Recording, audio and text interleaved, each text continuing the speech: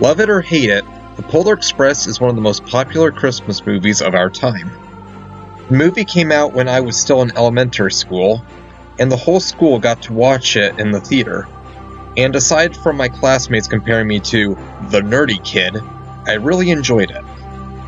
When Lionel announced their Polar Express train set, I really wanted it. But my parents were not about to buy me another big Lionel train set.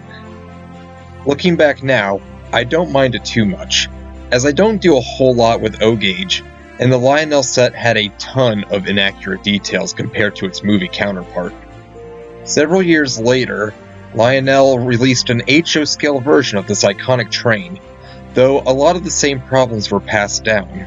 Since HO is my preferred scale, I knew if I was going to make a model of this locomotive, I wanted it to be as movie accurate as possible, be reliable, and relatively inexpensive.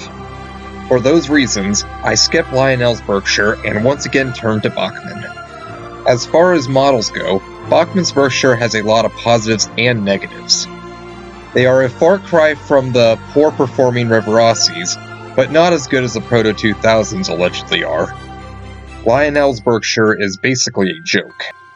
It has a big headlight sticking out, marker lights, metallic unpainted wheels, terrible locomotive sounds, and worst of all, molded-in handrails on the boiler.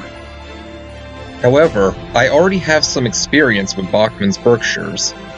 I have 765, and I know while I cannot pull a lot, it at least looks decent and can be easily modified.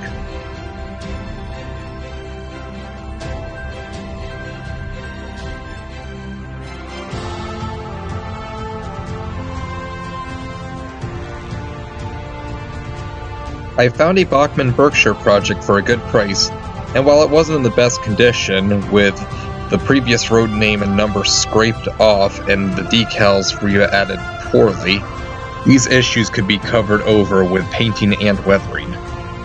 The first thing to do was to remove the details that would not be needed or seen in the movie engine. This included the marker lights, feed water heater, flying number boards, and headlight. The latter two, which could potentially be used on another project I want to do. The bell on the model was not in good shape, so I took a bell from one of my donor locomotives. I kinda wish to replace it with one that can swing, but for now, having a bell there at all is good enough for me. The smoke box was finished with a small shield around the headlight. This was made using a cylindrical piece of plastic that was cut and sanded to shape. The next part was going to be modifying the pilot details.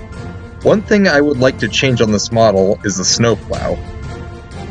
The movie gave the engine a bit more of a classic-looking cowcatcher that did not exist on any locomotive I've seen, and certainly not as an addable detail part.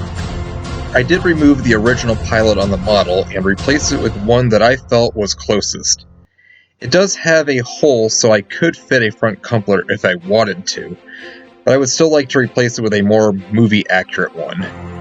In the movie, the locomotive did not have the shields that cover over the air pumps, in favor of having a handlebar for the characters to hold on to in the event that they are completely exposed on the front of the locomotive and rapidly approaching Glacier Gulch, which just so happens to be the steepest mainline grade in the world.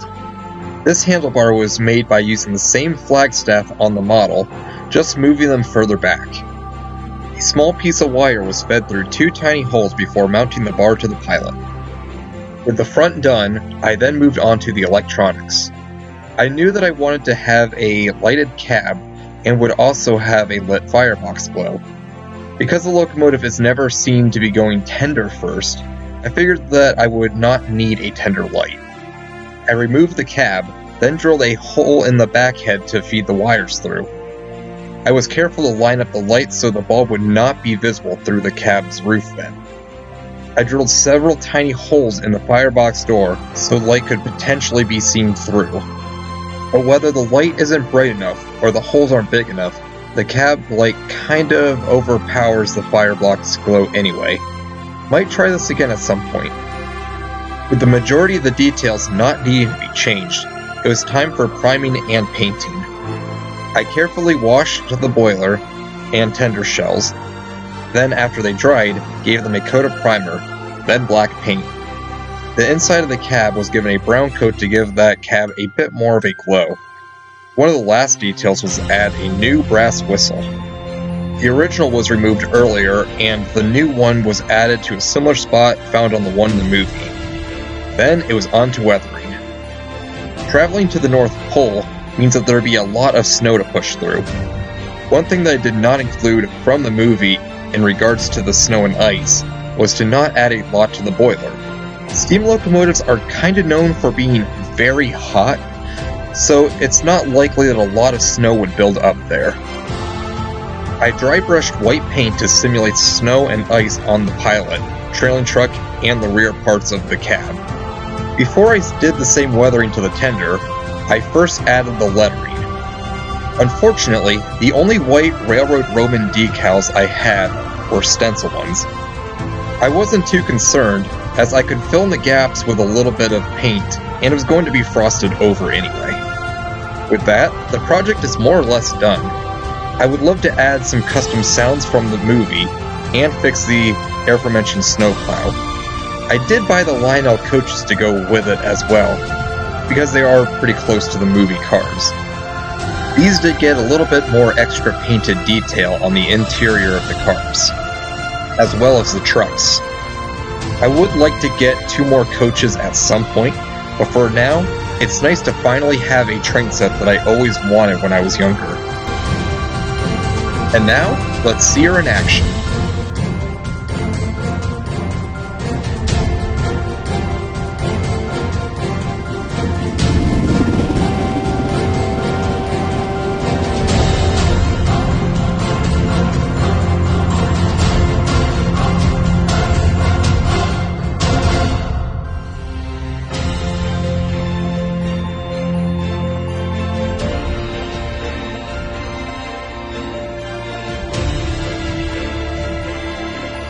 All aboard! Well, you coming? This is the Polar Express.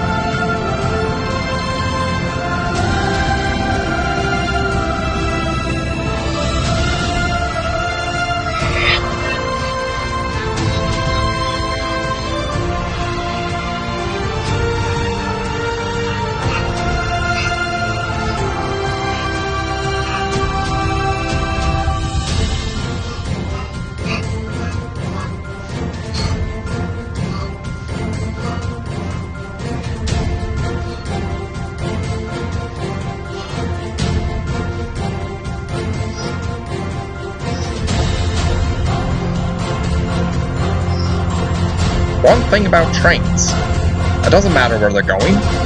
All that matters is deciding to get on. And with that, I wish everybody a very Merry Christmas and a Happy New Year.